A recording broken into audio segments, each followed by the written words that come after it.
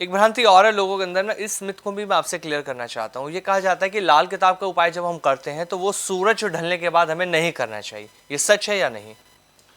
देखिए, मैं खुद इसको मानता हूँ। अच्छा।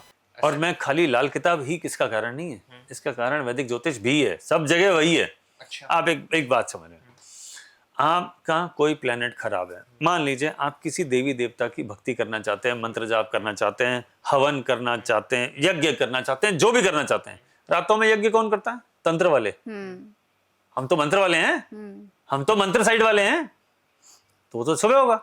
मंत्र जाप का सिस्टम वैदिक ज्योतिष में भी कहा है, सुबह उठो, निवृत्त हो जाओ, उसके बाद आप यज्ञ करिए, हवन करिए, यही तो बताया ना।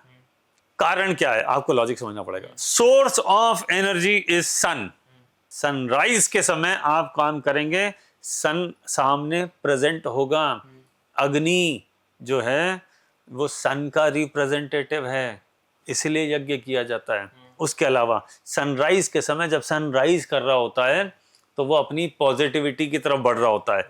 सनसेट की जगह जब वो नीचे जा रहा होता है तो वो ऑफ वाले मोड में होता है। तो वैसे भी आप ये समझ लीजिए कि आपका जो प्रेजेंट देवी देवता है, प्रेजेंट जो आपको सबसे पहले जो सबसे सामने दिखते हैं वो सूर्य और चंद्रमा है। ठीक है, आपको ऐसे कोई और देवी देवता ऐसे तो दिखते नहीं है। तो आप जब भी सूर्य को या चंद्रमा को, प्राइमरी सूर्य होता है क्योंकि first source of energy sun, उसको दिखा के उसके समय उसके राइज करते वक्त उपाय करते हैं तो वाया सन आप अपना मैसेज पहुंचाते हैं उन देवी देवताओं को कि हे प्रभु, एक्चुअली इसका फीलिंग क्या है, बोलता कोई नहीं है, फीलिंग क्या है, हे सूर्यदेव आप मैं ये उपाय कर रहा हूं, ये इसके निमित्त वहां तक पहुंचा दीजिए। सूर्य कौन है? रिप्रेजेंटेटिव ही तो है। देवी देवता कौन है? भगवान के रिप्रेजेंटेटिव है। तो आप डायरेक्ट तो वहां जा ही नहीं रहे, बिल्कुल उनके सामने सूर्यदेव है।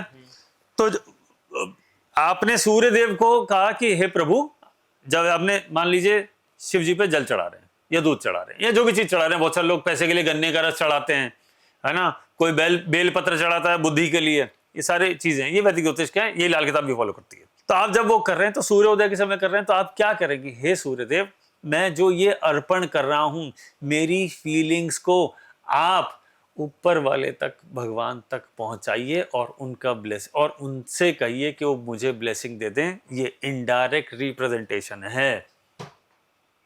कैसे कोई डायरेक्ट का कोई सीधा कनेक्शन होता है क्या? नहीं ना, कोई तो निमित्त चाहिए ना। सो सूर्य भी देव ही हैं, आप उनके थ्रू अपनी भावनाओं को, अपनी श्रद्धा को भगवान तक पहुंचा रहे हैं और ये कह रहे हैं कि प्रभु सूर्यदेव, आप एक्चुअली क्या करना चाह रहे हैं कि उन तक मेरी ये रिक्वेस्ट, ये मेरी एप्लीकेशन पहुंचा दीजिए, ताकि उन देवी देवताओं की जिनकी मैं भक्ति कर रहा हूँ, चाहे कोई माता जी की कर रहे हैं, कोई कृष्ण देव की कर रहे हैं, कोई अपने प्रभु श्री राम की कर रहे हैं, कोई शिव जी की कर रहे हैं, है ना, तो वहां तक पहुंचे और वहां से ब्लेसिंग हमारे पास आ जाए। आपके पास कोई तार सिस्टम तो है नहीं कि आपने यहाँ से चिट्ठी लिखी, ईमेल लिख दी नहीं कि प्रभु ये मेरी एप्लीकेशन लगाना जरा, ऐसा तो होता नहीं। So someone has to be निमित्त। निमित्त का बहुत बड़ा रोल है। वो निमित्त हम सूर्यदेव को बनाते हैं क्योंकि हमसे ऊपर वो हैं और उनसे ऊपर वो है। ठीक वैसे ही है कि जैसे आपके ऑफिस में आपके जो बॉस है इमीडिएट, वो आपके प्रमोशन को सिर्फ रिकमेंड करते हैं, ऊपर वाले करते हैं, उनसे ऊपर वाले। तो आप सीधा कंपनी के हेड के पास तो जाते नहीं कि साहब मेरा तो प्रमोशन होना चाहिए इस बार। आप अपने बॉस को कहते हैं, बॉस आपकी एप्लीकेशन लगाता है, सर ये लड़का है, इसने अच्छा काम किया, ये मेरा टीम मेंबर है, इसने अच्छा काम किया, I am recommending his promotion, please approve. तो हम भी तो वही कर रहे हैं, कुछ अलग क्या कर रहे हो बताओ। सर एक चीज मैं और आपको यहाँ पे रोकूंगा, आपने कहा आप भी सहमत है कि शाम के टाइम उपाय नहीं करने चाहिए। दिवाली की रात पूजा क्यों की जाती है? माँ लक्ष्मी को प्रसन्न करने के लिए। फिर रात में की जाती है क्यों? वो भी तो रात हो गई सर। साहब, अब इसका जवाब देने के लिए आपको वैदिक ज्योतिष का एक बहुत शानदार फॉर्मूला समझना पड़ेगा और ये बहुत अच्छा सवाल है, वेरी गुड क्वेश्चन। इसके लिए आपको वैदिक ज्योतिष की आत्मा को समझना पड़ेगा और वो आत्मा है पंचांग। अच्छा, आप अगर ध्यान हो, हमने बात की शुरुआत करी थी, मैंने कहा था सब साइंस जबरदस्त हैं, सब में कुछ ना कुछ अच्छा है, एक जो पंचांग है वो किसी में नहीं है, सिर्फ वैदिक में है।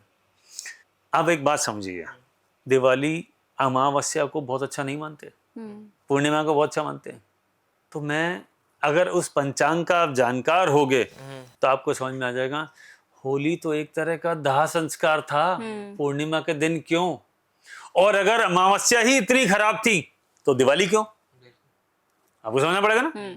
ठीक है, इसका मतलब बहुत सारे ऐसे टाइमिंग आते हैं जहां पे अच्छी तिथि भी खराब रिजल्ट देती है, होलाष्टक लगता है, 15 दिन पहले से बंद हो जाते हैं सारे काम, कोई शादी, कोई गृह प्रवेश, कोई अच्छे काम नहीं होते हैं, और कुछ दिन बाद तक रहते हैं, है ना।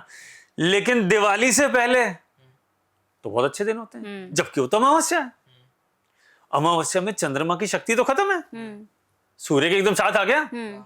और आप देखिए अमावस्या किस दिन मनाई जाती है? जिस दिन सूर्य 7 नंबर राशि में होता है, जहां सूर्य को नीच का माना है, चंद्रमा भी 7 नंबर राशि में। और होली गर्मी के समय मनाई जाती है, जब सूर्य फुल पावर में होता है। ये तो उल्टा हो गया, ऐसा तो होना ही नहीं चाहिए। इसका मतलब कुछ तो सीक्रेट है, और वो सीक्रेट क्या है? तो आपको उस सीक्रेट को समझना पड़ेगा। 7 नंबर राशि में जब अमावस्या पड़ती है तो सूर्य और चंद्रमा एक साथ इकट्ठे होते हैं। 7 नंबर राशि में सूर्य नीच का होता है, अच्छा, लेकिन शुक्र की राशि है, शुक्र लग्जरी की राशि है, शुक्र लग्जरी की राशि है।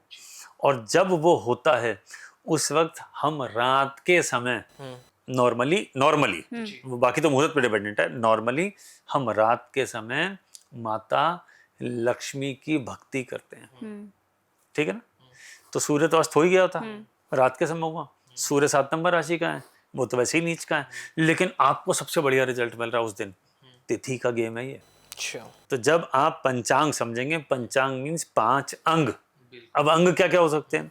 योग होगा, करण होगा, नक्षत्र होगा, वार होगा, और ये तिथि होगी। तो इन पांचों की जब आप डिटेलिंग करेंगे तो वो एक ऐसा समय आता है जब ऊपर वाला आपको वेल्थ के लिए ब्लेसिंग देता है। और माता लक्ष्मी सिर्फ वेल्थ की देवी नहीं है, वो हेल्थ की भी देवी है। बिना हेल्थ के आप वेल्थ एंजॉय कर लोगे क्या? बिल्कुल नहीं। तो इसलिए उस दिन उनकी भक्ति की जाती है।